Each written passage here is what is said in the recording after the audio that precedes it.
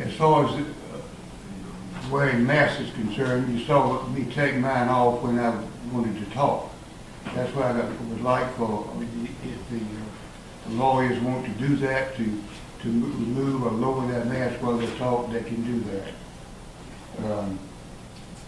My plans for the day is to take a break during the morning and to work to around 1 o'clock to see where we are in the case, and either break for lunch or keep going if we think we can finish up.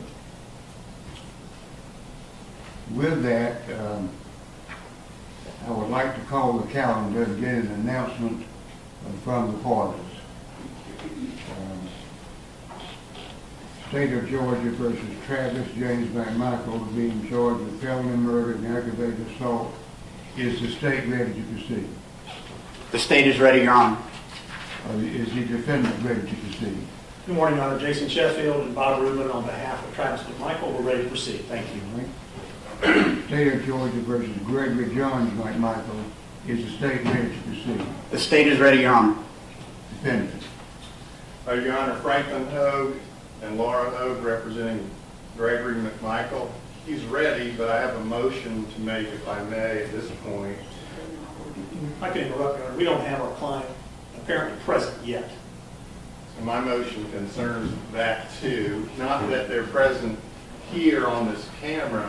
I'd like to make a motion, Your Honor, for Greg McMichael to be present physically in this courtroom with his lawyers. He can wear a mask. He can practice social distance. And in support of my motion to the court right now, I'd like to cite, first of all, the 6th Amendment to the U.S. Constitution, which grants Mr. McMichael the benefit of counsel and the right to confront those who are accusing him. The Georgia Constitution, Article 1, Section 1, paragraphs 12 and 14, which under our Constitution gives him the similar right. And finally, I'd like to cite the emergency order by the Supreme Court of Georgia, which entered in March of this year and extended now through June 12, 2020, says, to the extent feasible, courts should remain open to address essential functions. And in particular, courts should give priority to matters necessary to protect health, safety, and liberty of individuals. Essential functions are subject to interpretation. However, some matters that fall into the essential function category are, 1, where an immediate liberty or safety concern is present, requiring the attention of the court as soon as the court is available. As the court just announced, this hearing does concern the liberty of Greg McMichael. If the court were to bind over the warrants or dismiss the warrants, either one affects his liberty. So I move that Mr. McMichael, Greg McMichael, be present here in court physically with his lawyers. Your Honor, we would join that motion on behalf of Travis McMichael. All right. The Supreme Court of Georgia also said that video conferencing is desirable and to be used whenever feasible. That's what we're doing. The defendants are present in the jailhouse. They have access to you by phone. They will hear what's going on. You will see them. I'll overrule the motion. You think, brother? Well, Your Honor, they're not actually present yet, even remotely. And so I don't know that my client heard anything I just said on his behalf. I'm sorry, what did you say they're not present? I don't see him on the screen. It looks like I'm looking at an empty courtroom at the jail. Well, can we get some information about that? Your Honor, if we could go ahead and sound my client's part of the case. All right.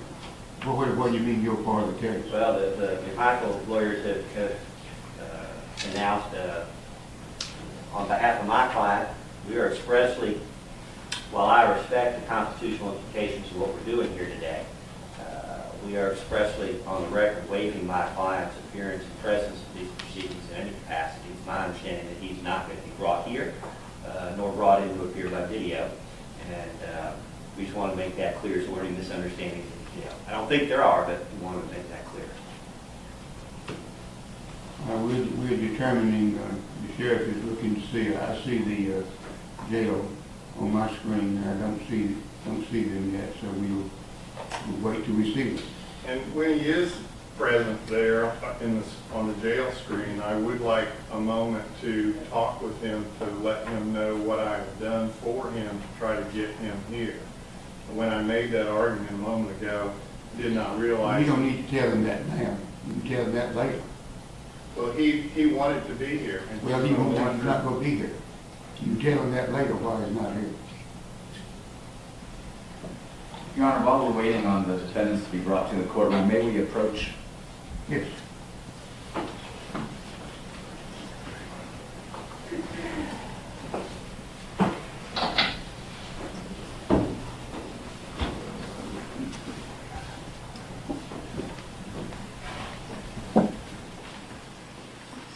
This is a big approach. I will remind counsel that the mics are on.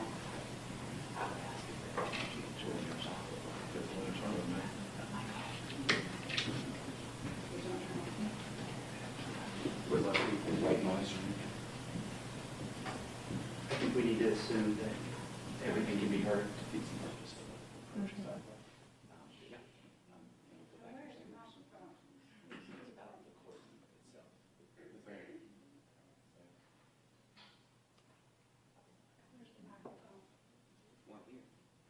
I want this off right now. I'm listening to them.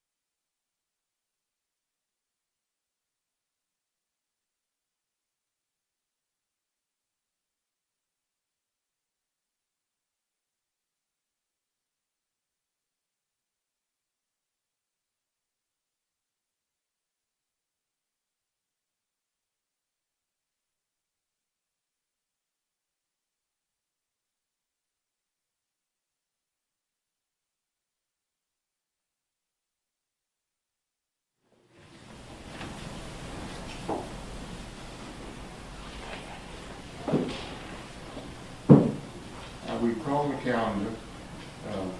Everybody's ready for trial, for the hearing. Will the state of Georgia call that for the witness? Judge, before I do that, if I can make some introductory remarks and comment on some of the things that the court has done, with your permission? Certainly. I would also note that, sorry to interrupt you. No, you cannot interrupt and sit down, Mr. Counselor. Thank you. Go ahead. Your Honor, I have a motion pending before the court. You may argue that later. Okay, go ahead. Judge, this is, as you noted, State of Georgia versus Travis McMichael, Greg McMichael, and William Bryan. I note for our record, because we need to make a record here, that we have two of the defendants who are seated in the courtroom, it would appear, at the Glenn County Adult Detention Center. One of them is off camera at the request of defense counsel and with waiver.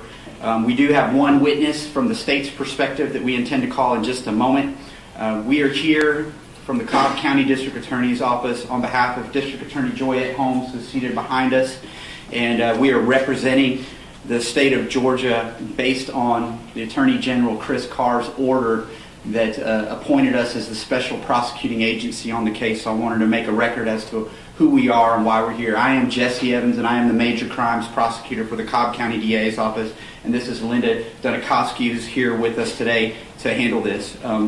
As you noted, Judge, due to the statewide judicial emergency issued by the Supreme Court, we have followed the court's guidance and wore our masks into court today. We appreciate the fact that in order to make a record and for our court reporter to take things down, it might be necessary as we're speaking to remove those masks temporarily, as I've done now. And we appreciate the court understanding that that's sometimes required, even despite the Judicial Emergency Act, so that we can make a proper record in these proceedings that were requested by defense counsel and by the defendants in this case, not by the state. We have come here today for the purpose of the probable cause hearing, and this preliminary hearing we're prepared to go forward as the state has said. They are essentially challenging the probable cause for the issuance of certain arrest warrants for the defendants in this case. We have no objection to one of the defendants not being present virtually or in court due to the request of counsel and the fact that they've expressly set a waiver here. Though we acknowledge the fact that had they insisted on the presence, we could certainly have made accommodations so that he too could be remotely, for lack of a better term, zoomed in or Skyped in, whatever this technological system is.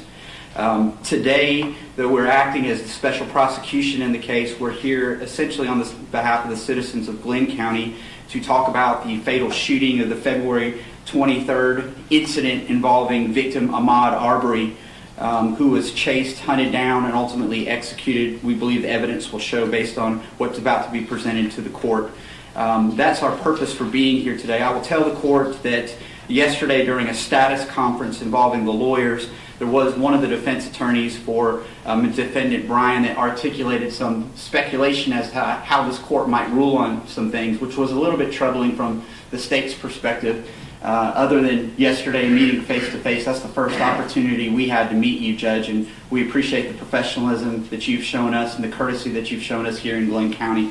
But I did want to at least state for the record, since the record was silent yesterday, that we were concerned about that articulation. We don't know what the basis for that would be, but we're certainly ready to go forward at this point. We believe this court to be a reasonable court by all of our dealings with you to date.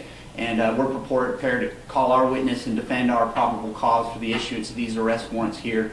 But I wanted to make those prefatory remarks and also articulate for the public that may be watching why it is that there might be times that we do not have our masks on. And it is important in these criminal matters that we make records and that we have court reporters take those things down. And sometimes it's easier to do that when the masks are temporarily removed. So I didn't want to be silent on that point in the face of the national and worldwide crisis that we're dealing with this pandemic.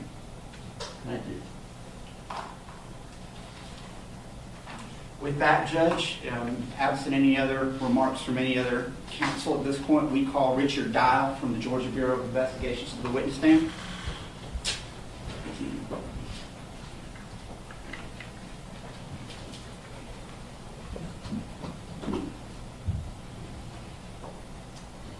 Raise your right hand to your side.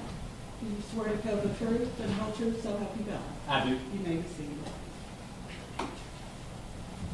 All right, so thank you for removing your mask for purposes of making the record, but I'll ask that you keep it handy. If there becomes a point in time where you're no longer testifying, then we may ask you to put that back on while you remain in the courtroom. Understood? I do. Yes, sir.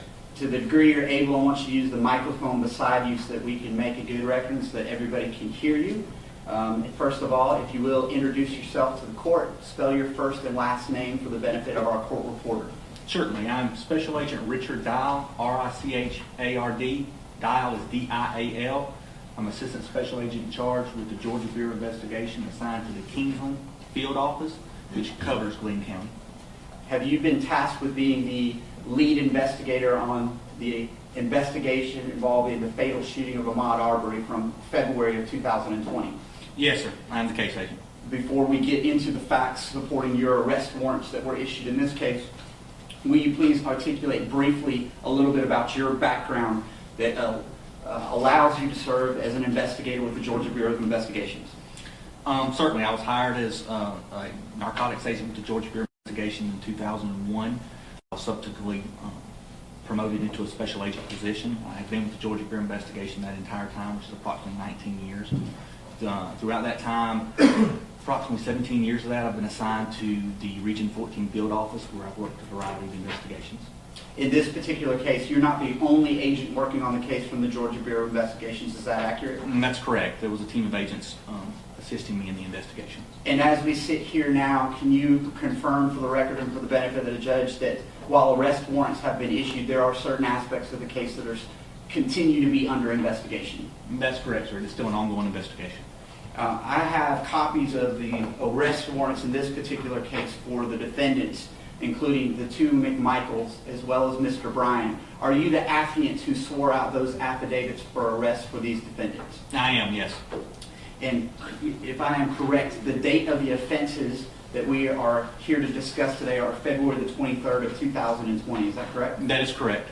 And just to get past these basic background information before I open it up to you for the facts, will you confirm that you have arrest warrants charging Travis McMichael with felony murder based on aggravated assault as well as aggravated assault? I did, yes, sir. And then can you also confirm that Greg McMichael is charged with felony murder based on being party to the crime of aggravated assault as well as party to the crime of aggravated assault? Yes, that's correct. And then finally, chronologically, the last warrant that was obtained by you and your agency is against William, sometimes referred to as Roddy Bryan, correct? Correct, yes, sir. And that warrant, those warrants charge him with felony murder and criminal attempt to commit false imprisonment. Is that correct? That is correct. The location of the fatal shooting of Ahmaud Arbery in this particular case, what is that essential cross-section of those streets? It's going to be Holmes Road and Satilla Drive. That is in Brunswick, Georgia, and Glenn County. Holmes is H-O-L-M-E-S, correct? Yes, sir. And Satilla, S-A-T-I-L-L-A, for the benefit of our court reporter? Yes, sir. That's correct. And can you confirm for me that that is in Brunswick and in Glenn County, Georgia? Yes, sir, it is. Today, you have a monitor in front of you. Do you see two of the defendants present virtually? I do, yes, sir. And they have masks on, but do you recognize who those two are? I do. Travis McMichael is seated on the left in a striped shirt, and Greg McMichael is in a jacket and tie, seated on the right. Okay. All right. I want to ask you some questions about when you got involved in the investigation. Yes, sir.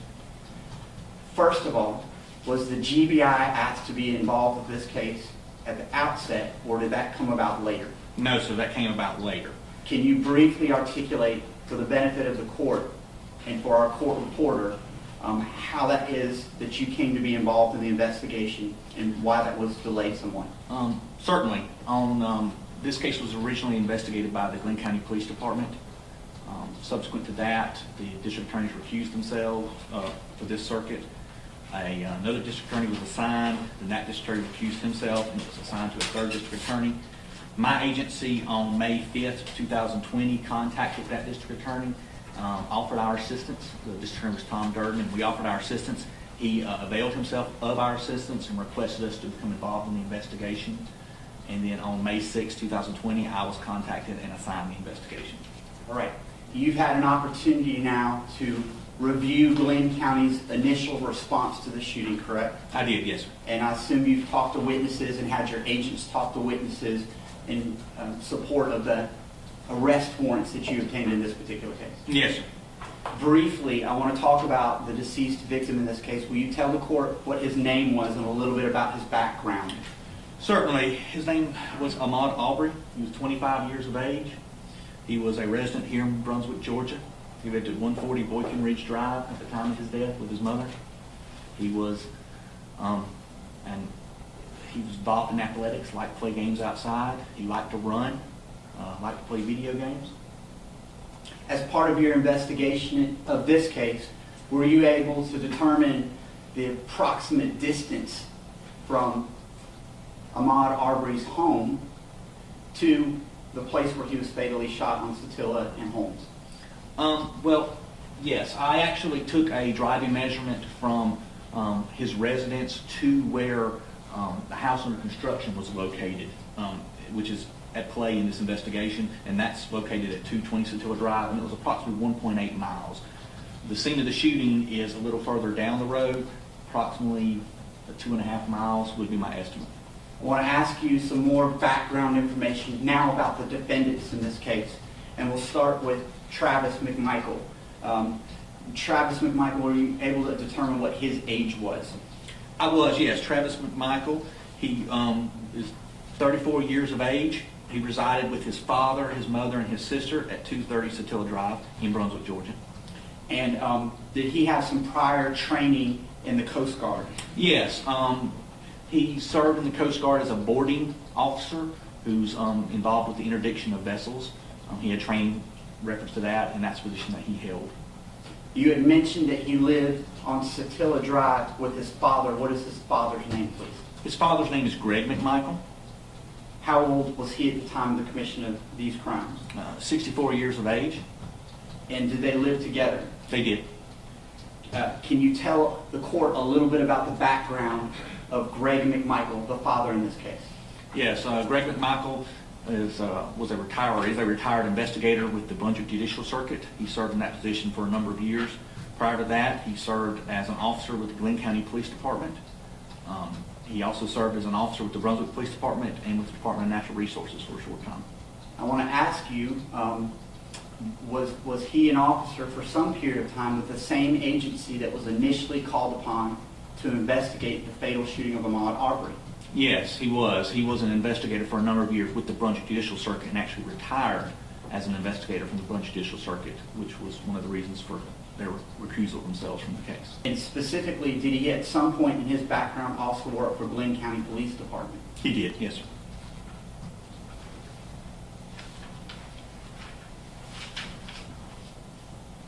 I want to turn our attention now to the third defendant, William Roddy Bryan, and ask a little bit about his background. Can you articulate for the court where he lived and a little bit about his age and his background? Certainly. William Bryan, he resided at 307 Burford Road, which is in the same housing area, the same neighborhood as Satilla Drive. He's 50 years of age. He was employed as a small engine mechanic at the time of this incident. Before I turn our attention to the actual date of the crimes in your arrest warrant, I want to talk about the Satilla Shores neighborhood. Are you familiar with it? I am, yes, sir. And you had already mentioned on your direct examination previously reference to a home that was under construction. Can you please explain to the court the significance of that home and where it was located? Yes, that residence is at 220 Satilla Drive. It belonged to a gentleman by the name of Larry English. It was a home under construction. Greg McMichael, in one of the interviews, refers to it as a shell of a house. He was in the process of constructing this home. As you go into Satilla Shores neighborhood, you go down a short way and it's on the right. It's as you come in.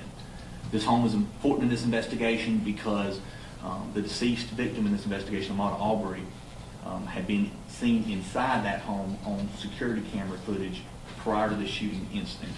And on the day of the shooting incident, the neighbor had seen him inside of the home that's under construction and had called 911 prior to the rest of the events taking place. Focusing now on that home, you said that the home was under construction. Was it secured or unsecured at the time of the shooting? Unsecured. And when I say unsecured, describe for the court its state.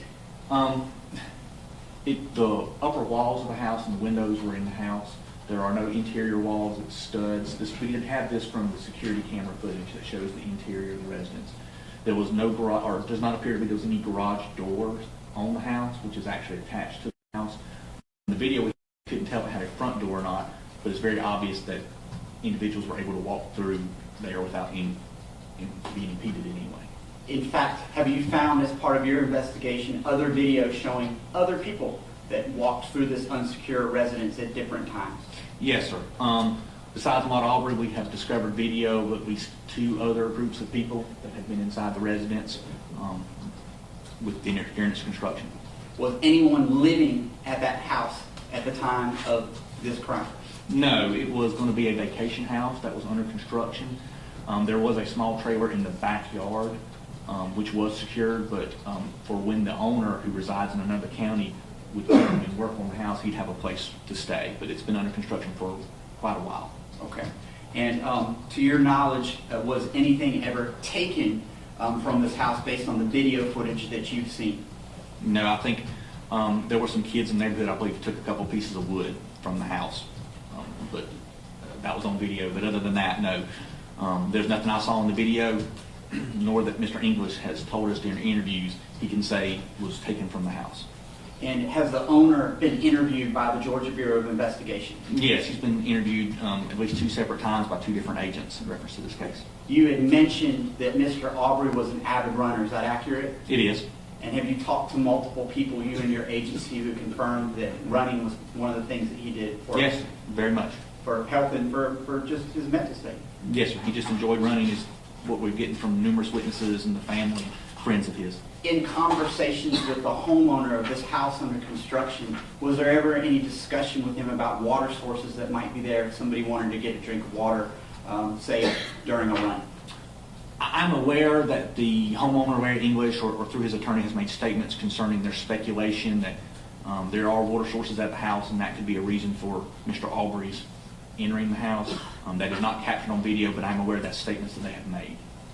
On the date in question, now turning to February 23rd of 2020, you had talked about video. Is there multiple sources of video surveillance that's been reviewed from the Satilla Shores neighborhood from which we were able to piece together a timeline of what happened? Yes, sir. That's correct.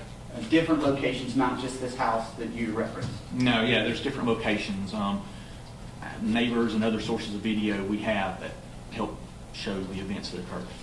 All right, I now want to direct your attention to specifically February the 23rd of 2020, the date that is the subject of your arrest warrant for the 3 defendants in this case. Were you able, looking at all of the evidence and speaking to all of the witnesses, to piece together a chronology of how Ahmaud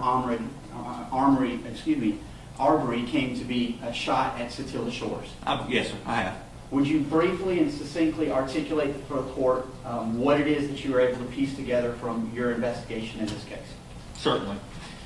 From the surveillance video across the street from the house that's under construction, you see Mr. Arbery coming up to the house, going directly into the house. From the interior video of the house, you see him just wandering around, again, not taking anything. He's just walking around, looking around inside the under construction building. The neighbor across the street, Mr. Albanez, you can see him on the video coming forward in their interview with him. He saw Mr. Arbery going in the house, so he calls 911. At that point, the call is dispatched, and during the call, it's actually logged as somebody's in an open construction site. So Mr. Albanez sees him in there. From the video, you can tell that Mr. Arbery comes out of the residence and goes running down the street. From the interviews conducted by Glenn County PD, and you can actually see it on the video, Mr. Greg McMichael was in his front yard. You don't see him, but you see he says he's in his front yard working on some cushions for his boat. When he sees Mr. Arbery running down the street, during his interview with Glenn County PD, he doesn't say, he says that he didn't know if Arbery was chasing somebody or somebody was chasing him, but he recognized Arbery from previous video he had seen from February 11th as somebody that was inside this house that's under construction. I want to talk about that previous video since you broached that topic. Did Satilla Shores have a Facebook page during which residents were talking about that property and other things? Yes, they did. Did you find any discussions about the fact that somebody may have been in that residence previous to this? Yes, there was some discussion about it on the Facebook page, as well as on the February 11th report that was filed by the officer who responded to the person in there. He makes note that the person's information was on that Facebook page. And now getting back to the chronology of February the 23rd of 2020, articulate for the court what your investigation revealed in terms of Mr. Arbery running past the McMichaels household. Okay. Mr. Arbery proceeds past the household. He's running down Satilla Drive south. Greg McMichael goes inside, according to his statement and Travis McMichael's statement, tells Travis McMichael that the guy's running down the road. They both grab their weapons. Greg McMichael arms himself with a Smith & Wesson 686 .357 Magnum revolver. Travis McMichael arms himself with a Remington 870 pump 12-gauge shotgun. They then enter Travis McMichael's truck. Travis McMichael is driving. Greg McMichael is in the passenger seat. This is according to both their statements. Then on the video, you see them come out of the driveway and turn in the direction that Ahmaud Arbery was running. I want to pause there at this point. You had mentioned a previous 911 call involving the residence that was under construction, correct? Yes. Were either of the McMichaels the 911 caller for that initial call about the structure? No. The person that called was Matt Albanese. Neither Travis or Greg McMichael has called 911 at that point. And that's what I want to be clear on. So my follow-up question to you is, when the defendants, the McMichaels, armed themselves with this revolver and shotgun, did they make a 911 call before going after Mr. Arbery? No, sir, they did not. So there's no 911 call initially by them as they gave chase? That's correct. Can you describe the vehicle that the McMichaels were in? Yes, they were in a white Ford F-150 2019 model that belonged to Travis McMichael. Per statements of the defendants and video that you reviewed, can you articulate for the court whether there was any time in which the McMichaels were able to catch up to the deceased victim in this case? Yes, according to both their statements, and we have video of them, they caught up with Ahmaud Arbery as he was running. He actually runs down Satilla Drive. Satilla Drive takes a turn, but if you continue straight, it turns into Burford, which is the street where Mr. Bryan resides. They catch up to him. According to Travis and Greg McMichaels, they're giving commands to Ahmaud Arbery to stop. This is captured when this is going on. Mr. Bryan is outside of his residence, and he has a surveillance video camera that captures this shooting down his driveway. So you see Travis McMichael's truck and Ahmaud Arbery in his driveway, and according to Mr. Bryan's statement as well, he sees them trying to pursue Ahmaud Arbery. In the video, you actually see Ahmaud Arbery trying to get away. He's running backwards. The truck will move backwards, and he's moving forward. He's trying to escape at that point in the video. According to Mr. Bryan's statement, he does not know Travis McMichael. He has met Greg McMichael, but he didn't recognize Greg McMichael at that time because Greg McMichael was in the passenger seat of the truck. But he recognized the truck as a truck that's in the neighborhood. So then he yells, "Do you got him?" When you say he yells, "Do you got him?" who are you referring to? Bryan is yelling to the person in the truck who he doesn't know. He doesn't get a response. Mr. Bryan, his statement, then goes into his residence, gets the keys to his truck, comes out and cranks up his truck with the intention of assisting in the pursuit. So at that point, Roddy Bryan makes the decision to enter his residence, correct? Yes. Get his keys? Yes. And then what kind of vehicle does he get in to join the pursuit of Mr. Arbery, the deceased victim? He is in a 2018 Chevy Silverado, gray in color. At this point in time, based on our best evidence, has any 911 call been placed by either the McMichaels or the Bryan? No, none have. Can you describe as best you're able, I know it's a convoluted situation, we're going to get to a map in a second, but describe for the purpose of a record the best you're able, the sequence of events thereafter as these two pickup trucks at Satilla Shores are chasing Mr. Arbery. Yes. Mr. Arbery continued heading down Burford Road away from Satilla Drive. Travis McMichael and Greg McMichael are following him. Again, Mr. Bryan is then getting his keys and getting his vehicle cranked. At one point, Mr. Arbery turns and goes back the way he was running in an attempt to avoid the McMichaels. Greg McMichael, who had been riding in the passenger seat of Travis McMichael's truck, he's actually sitting on a child's car seat at this point. He exits the vehicle with the intention of confronting Mr. Arbery. Mr. Arbery is running back down the road at this point. So according to Greg McMichael and Travis McMichael's statement, Greg McMichael comes back to Travis McMichael's truck and tells him, go back, back up, trying to encourage Travis McMichael to back the vehicle up and engage Mr. Arbery. At this time, Mr. Bryan is coming out of his driveway. His vehicle was actually backed in his driveway. So the front of his vehicle is facing the front of his driveway. So when he pulls out on the road, he sees Mr. Arbery coming, and he pulls his vehicle out in an attempt to block Mr. Arbery in. That's according to his statement, as well as Travis McMichael's statement. At that point, Travis McMichael makes a decision. He tells Greg McMichael, no, jump in, and his decision is to circle around Buford Road, because it circles around and actually becomes another road, Zellwood, but it circles around, and his intention is to get and cut off Mr. Arbery where Holmes Road cuts into Satilla Drive. And it's just wants to make a loop and cut him off from that way, if that makes sense. So Greg McMichael hops into the back bed of the truck because of the car seat situation, and they then go and start circling around the block pretty much to cut him off. At this time, like I said, Mr. Bryan has pulled his vehicle, blocking the road, trying to block Mr. Arbery, and Mr. Arbery goes around his bumper, his truck. According to Mr. Bryan's statement, he then pulls out on the road and makes several more attempts to try to block in Ahmaud Arbery, trying to detain him.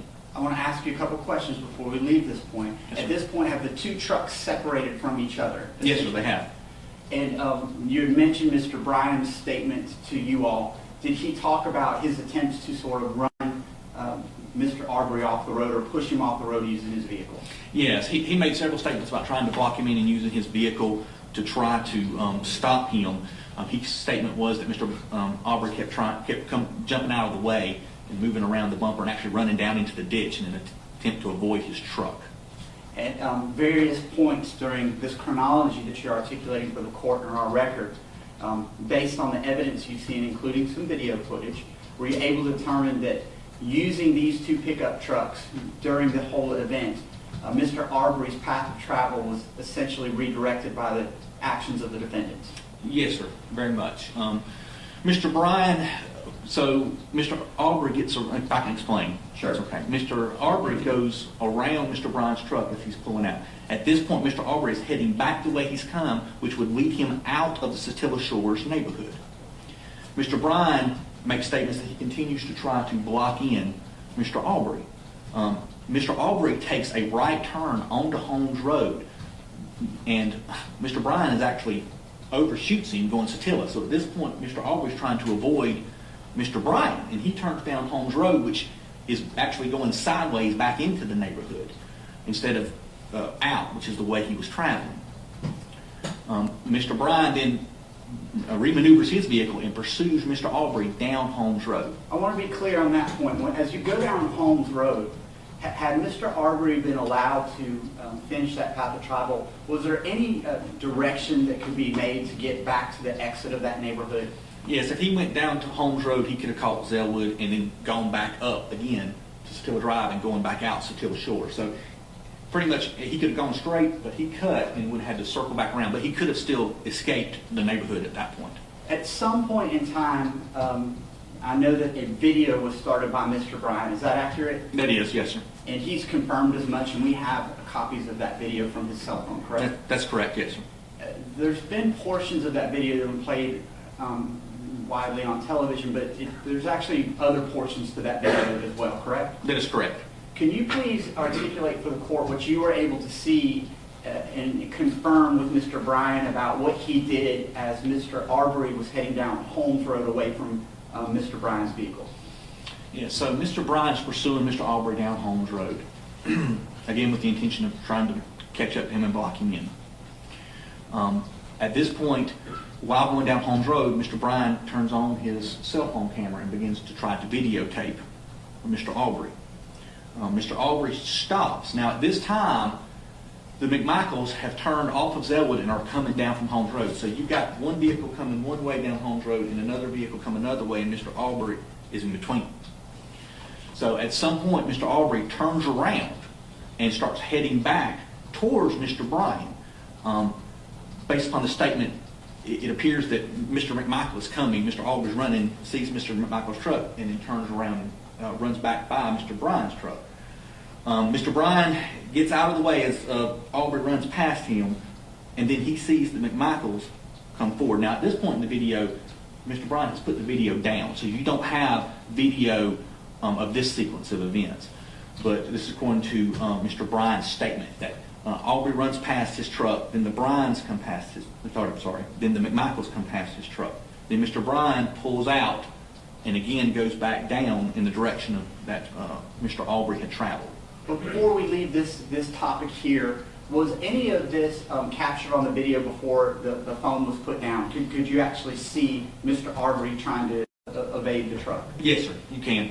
Okay. And did you see him turn around and try to get away from the truck before it turned around? I'm referring obviously to Mr. Bryan's truck. Yes, sir.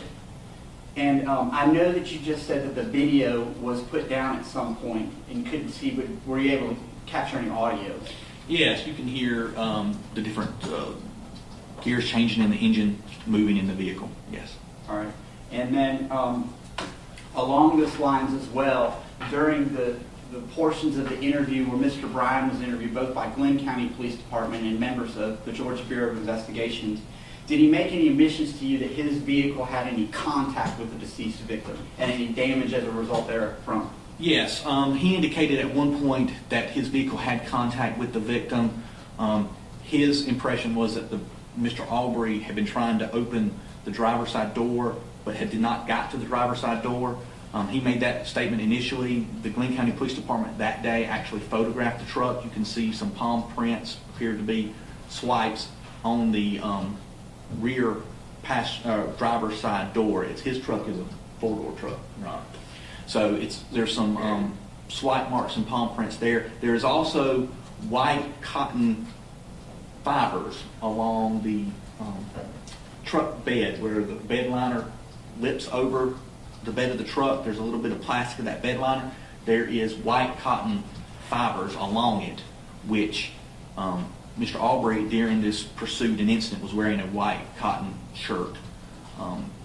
There was also a dent directly below those white cotton fibers, and that dent we attributed to contact with Mr. Arbery because of its location.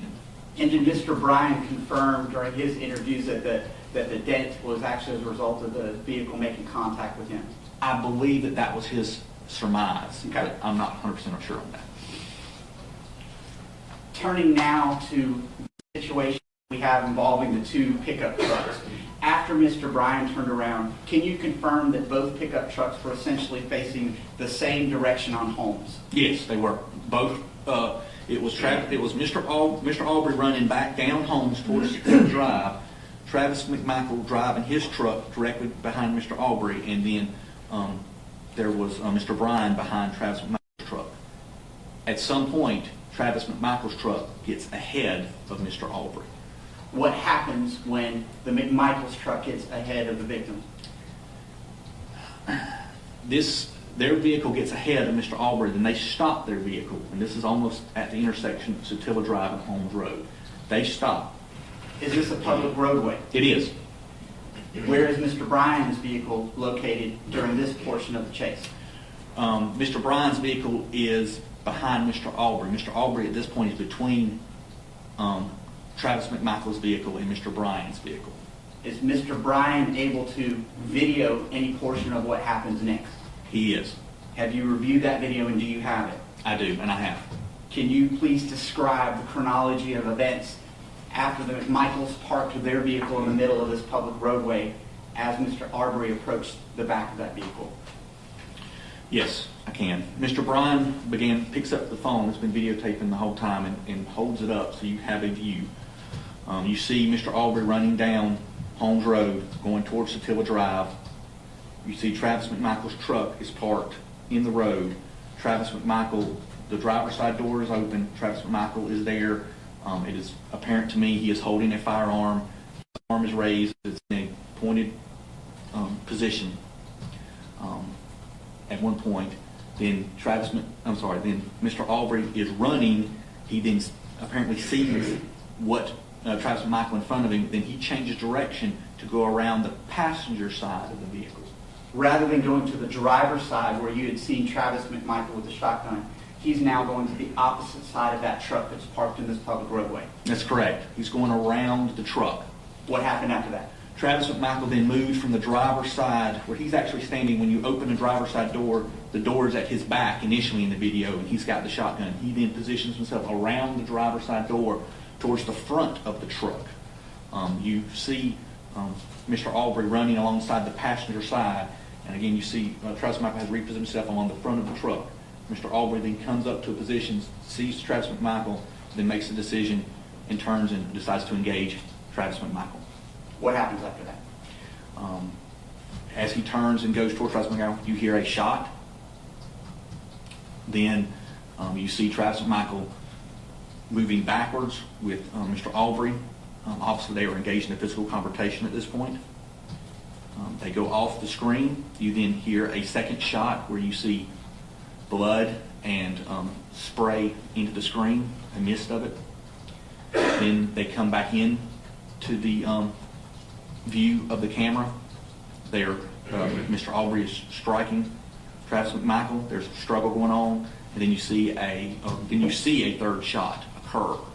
The firearm being lowered down like that. When you see after the third shot, you then see Mr. Arbery get past Travis McMichael and continue running down Holmes, almost right there at the intersection, and then he falls. You articulated 3 separate gunshots here, correct? Yes. Where was Greg McMichael at the time that this was going on? Greg McMichael was in the back of the pickup truck. When the situation began, he was on the phone. At this point, have they finally called 911? They have, yes. And was he armed at that time? He was.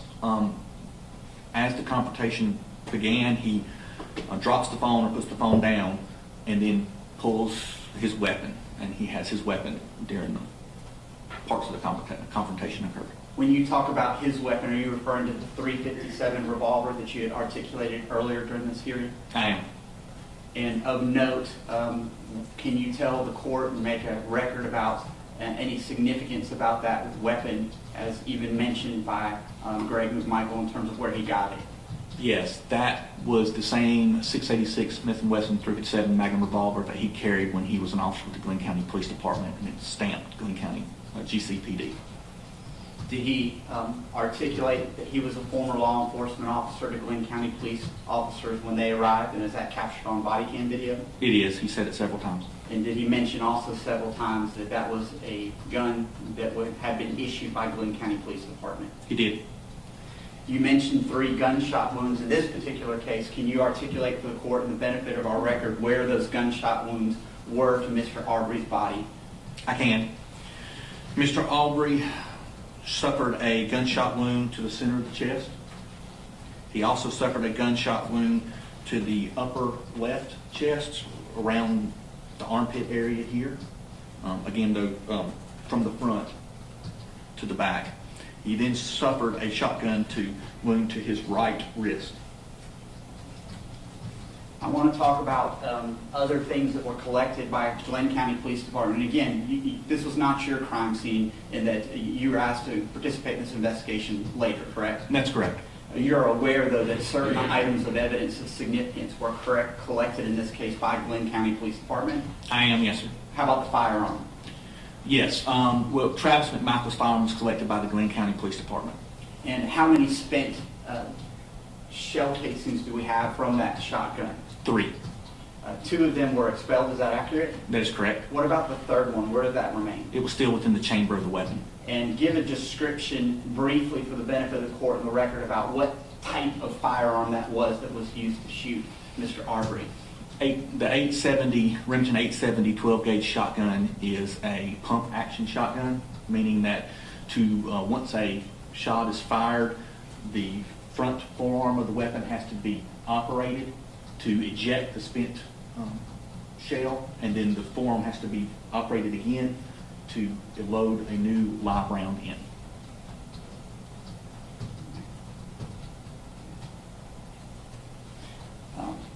During Travis McMichael's interview with police, did he make any admissions about firing the fatal gunshots in this particular case?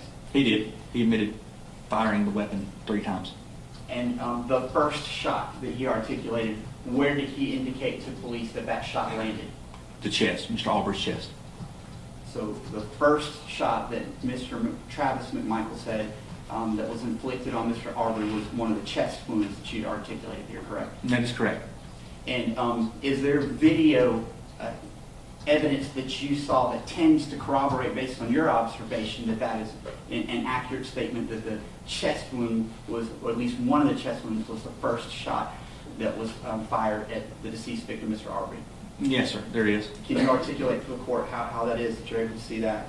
After the first shot, again, you see a struggle between Travis McMichael and Mr. Arbery. During that struggle, Mr. Arbery, while he was wearing a white shirt during this incident, during that struggle, you see the front of his shirt is saturated with blood. He's already saturated with blood before the struggle that you can see on the video. Well, that's correct. During the struggle, it was mere seconds after the first shot, his front of his shirt is saturated with blood.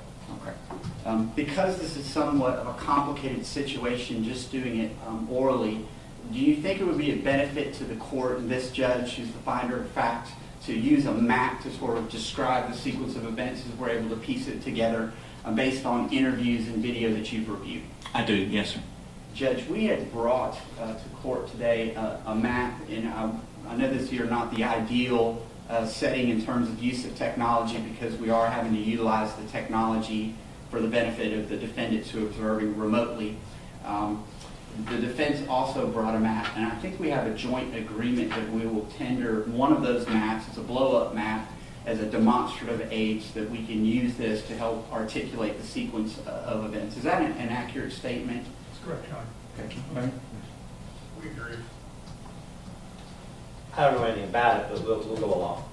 So for our purposes today, I will tender this blow-up as a demonstrative aid as State's Exhibit number 1. We have a smaller version here in court that's very similar. And what I'll suggest to the court is that during a break, maybe we photograph or get a smaller digital photograph of this to make it part of our record.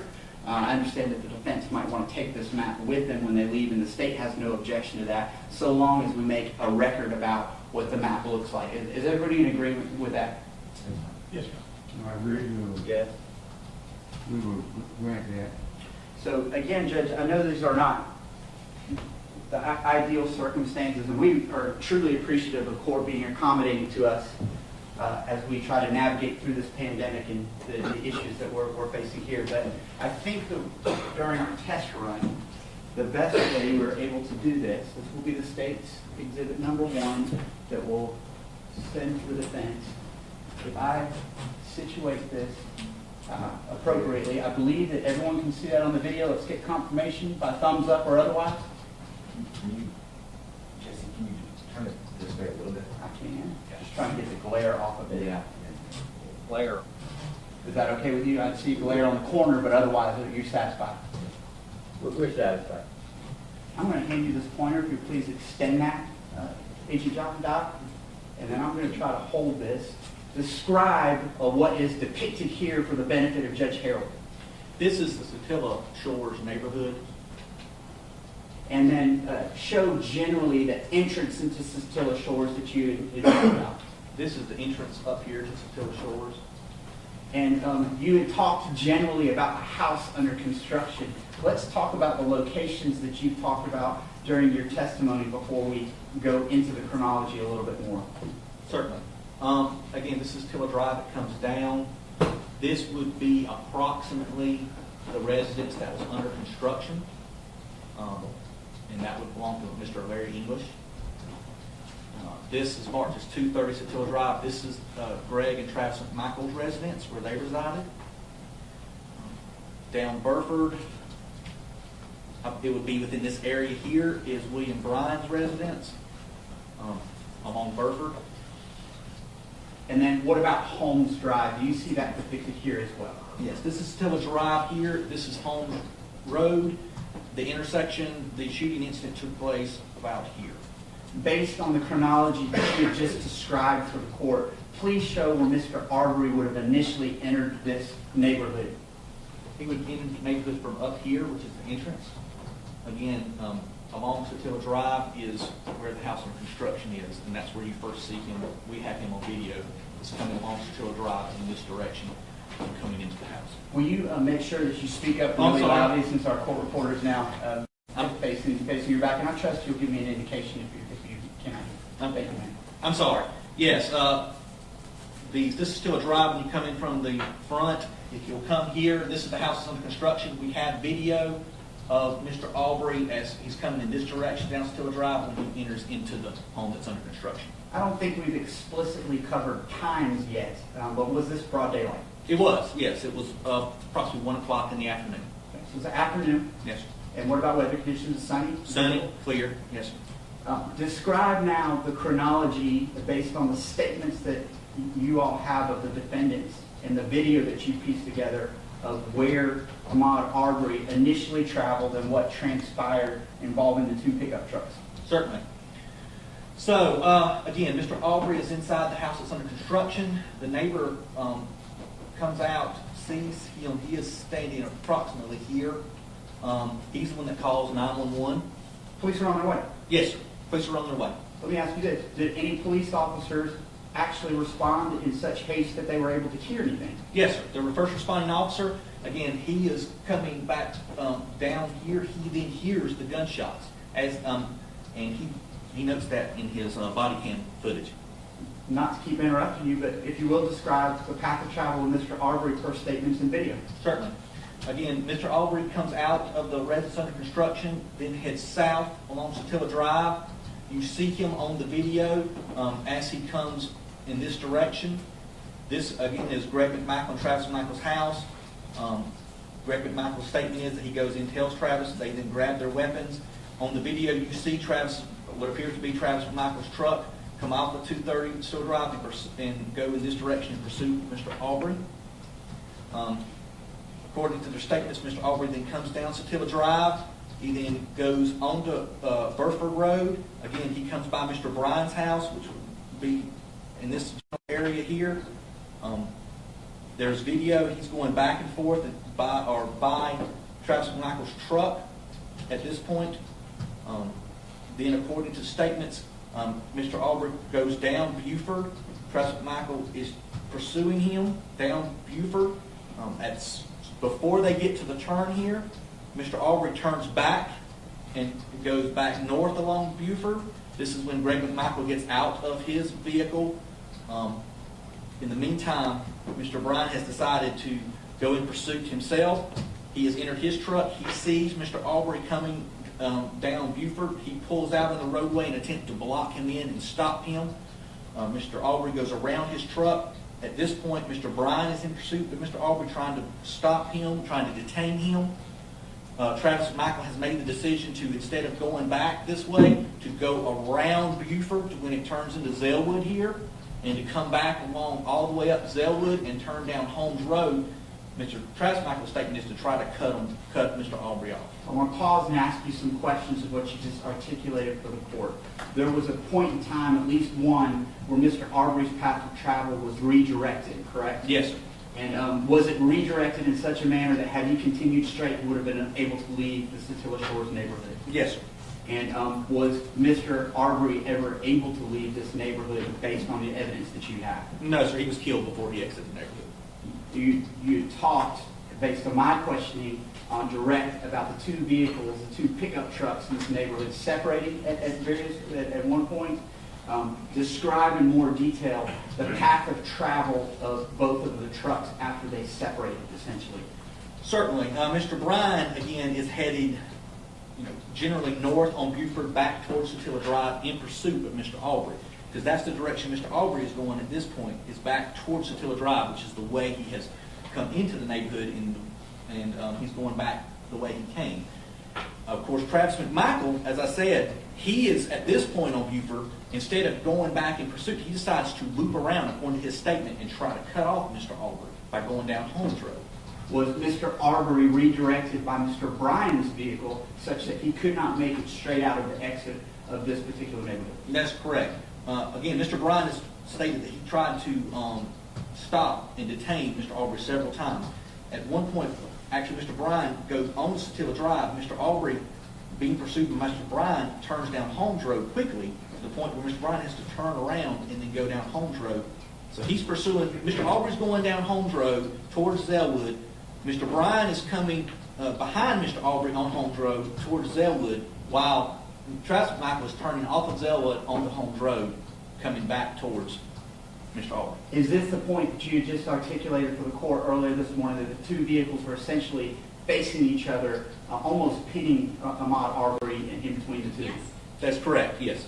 And describe, if you will, what happened next based on the video and the statements that you have that were obtained as part of this investigation. Yes. On Holmes Road, according to the video and the statements, Mr. Arbery turns and goes back towards Mr. Bryan. We do not know from the investigation at this point whether he saw Mr. McMichael's truck at this point, but that's a reasonable conclusion at this point.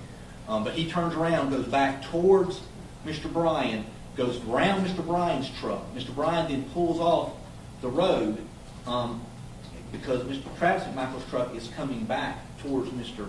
Arbery.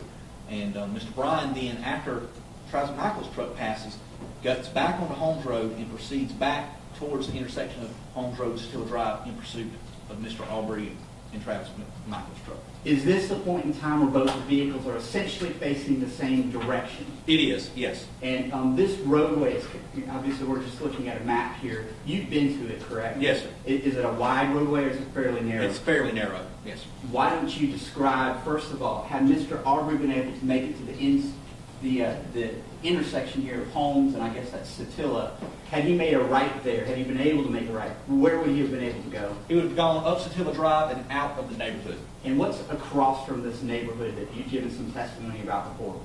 There's Highway 17 is here, and across Highway 17 is the entrance into Mr. Arbery's neighborhood. It goes back into where he lives. His neighborhood's right across the highway. Yes, sir. All right. Now, we pick up here with some of the video that you've observed that Mr. Bryan took, correct? Yes, sir. Describe where generally the sequence of events occurred in terms of the fatal shooting of Mr. Arbery on Holmes Drive. So, Travis McMichael at some point has gotten in front of Mr. Arbery. He actually stops right about here near the intersection of Holmes Road and Satilla Drive. That's where he stops his vehicle. It is facing towards the intersection of Satilla Drive with the rear of the vehicle facing back down Holmes Road. Mr. Bryan, from the video, is coming down Holmes Road. Mr. Arbery is between the two trucks. He's trapped in between the two? Yes, sir. Okay. Mr. Bryan, then you see there's a slight curve in the vehicle, which would be approximately this curve here. Mr. Arbery is coming towards Mr. McMichael's truck. Mr. McMichael is outside of the driver's side of the truck, armed with the shotgun at this point. Mr. Arbery then comes, sees Mr. McMichael, changes and goes around the passenger side of the vehicle, not towards Travis McMichael, but around it. And then Travis McMichael changes his position to the front of the vehicle, and at that point is when Mr. Arbery sees Travis McMichael change his position in front of the vehicle and then engages Mr. McMichael. That's where the shooting took place? Yeah, the first shot, yes, sir. After the first shot, then, because Travis McMichael doesn't back up during the first shot, after the first shot, there's physical confrontation. You see Travis McMichael backing up. There is a physical altercation at this point. You see that you hear the second shot is off camera as well, but you do see the blood mist running into the camera screen. Then you see then both Travis McMichael and Mr. Arbery are fighting. They come back into the view of the screen, then you see the third shot. But this is all, the altercation you talk about is all after that first shot to the chest that Travis McMichael made an admission about? Yes, sir, that's correct. And for the benefit of our record, I thought I heard this, and I know it's a minor error, but I want to make sure we're making a record. I think you said curve or bend in the vehicle. You meant bend in the road. Road. I meant the road. Yes, sir. Yes, I sir. apologize. I just wanted to make sure that we're accurate on, Yes, on that point. All right. Thank you, sir. I'm going to set this here, and I'm going to let you hold that in case there's any cross that you might need it for.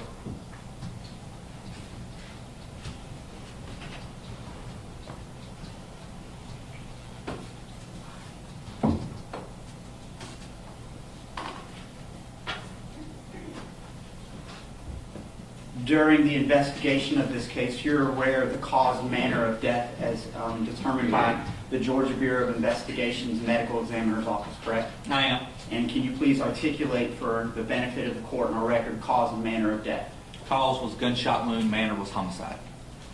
I want to talk about statements of the defendants. There were statements of all three defendants that were given to a number of investigators in the case, including Glenn County Police Department. That's correct. First, focusing on Greg McMichael's statement, was there any body cam video obtained showing statements that he made to responding officers? There was, yes, sir. And just summarize any admissions or statements that he made to Glenn County police officers. Greg McMichael pretty much relates on the body cam footage, and then later on, whenever he actually is interviewed on camera by the Glenn County Police Department, he makes admissions to seeing Mr. Arbery running down the roadway. His statement to the effect is he didn't know Mr. Arbery had stolen anything or not, but he had a gut feeling that Mr. Arbery may have been responsible for thefts that were in the neighborhood previously. And I think he actually says gut. His instinct told him that. He then tells Travis McMichael. He then describes the pursuit of Mr. Arbery. He says that during Greg McMichael's statement, he only hears 2 shots during his statement. It appears by looking at his description of events that he either didn't realize the first shot or didn't register it. He was admits to being on the phone with 911 when the shooting was occurring on his weapon. Did he make any admissions to you about Mr. Bryan at some point volunteering to join into this chase of Mr. Arbery in the neighborhood, and how did he describe that? Yeah, he described that Mr. Bryan was trying to block him in as well. Okay. And at the point of the actual shooting itself, did Mr. Greg McMichael make any admissions to Glenn County investigators about any statements that he was making to Travis McMichael about what he sure shouldn't do? Yes. He says on the body camera footage of the first officer, he tells him that he was telling Travis McMichael, don't shoot. Despite that, did you have video footage showing that essentially Greg McMichael is covering Travis with a .357? I do, yes, sir. And what did Greg McMichael say about Travis's shooting of the victim in terms of where he shot him specifically on his body? Chest. Okay. Similarly, was there video footage, both body cam and also interview footage of Travis McMichael and his assertions about what happened on this date? Yes. Travis McMichael's particularly interview was done at the Glenn County Police Department with him, where he went into detail. Did Travis McMichael make any admissions about ordering the victim at gunpoint to try to get on the ground or anything like that? Yes, he did. Prior to the shooting? Prior to the shooting, yes, sir. And what about any admissions that were made about the fatal shooting itself? He admits to firing his shotgun 3 times. He says that all 3 shots struck the victim, and he said that the first shot was to the chest of the victim. Prior to that, had Mr. Travis McMichael made any admissions about choosing to chase the victim with his pickup truck you described? Yes. He was the driver of that truck? He was the driver of the truck. I now want to turn your attention to Mr. Roddy Bryan. And are you aware of any admissions that he made both to Glenn County Police Department as well as investigators at the Georgia Bureau of Investigations about his role in this particular crime that led to the arrest warrants you obtained?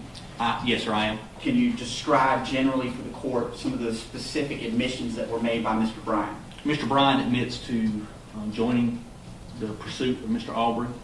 He admits to trying to block Mr. Arbery in, trying to detain him several times, both before Mr. Arbery turned onto Holmes Road and then while on Holmes Road.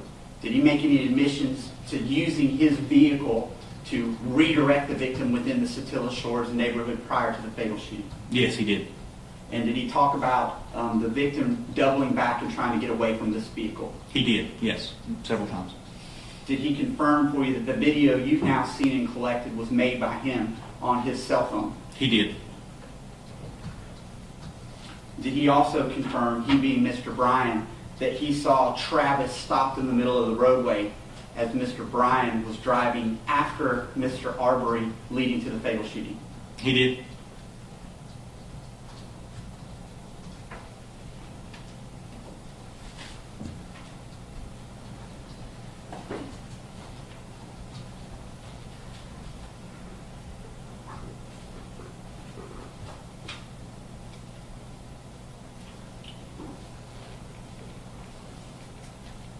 For purposes of our record, we've had the benefit of this witness being able to identify the McMichaels because they're seen on video, but because the defendant has waived his presence for Mr. Bryan, we're not able to do an in-court identification. And are you stipulating to identify? We will, sir. Okay.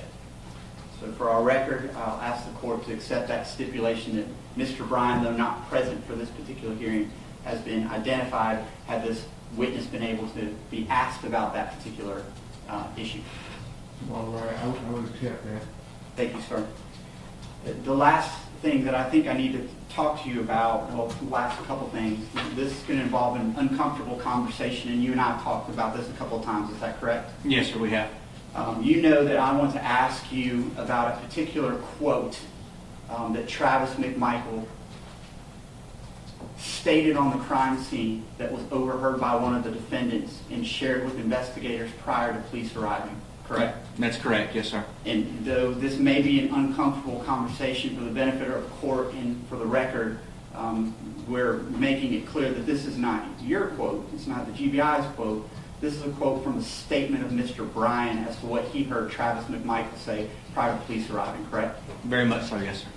Understanding that and understanding that it might be a little uncomfortable to talk about the words because it involves a curse word and something else, I need to ask you about that quote. Can you please articulate for the court what Mr. Bryan said he heard Travis McMichael say prior to police arriving and after the fatal shooting? Yes, Mr. Bryan said that after the shooting took place, before police arrival, while Mr. Arbery was on the ground, that he heard Travis McMichael make the statement, "fucking nigger."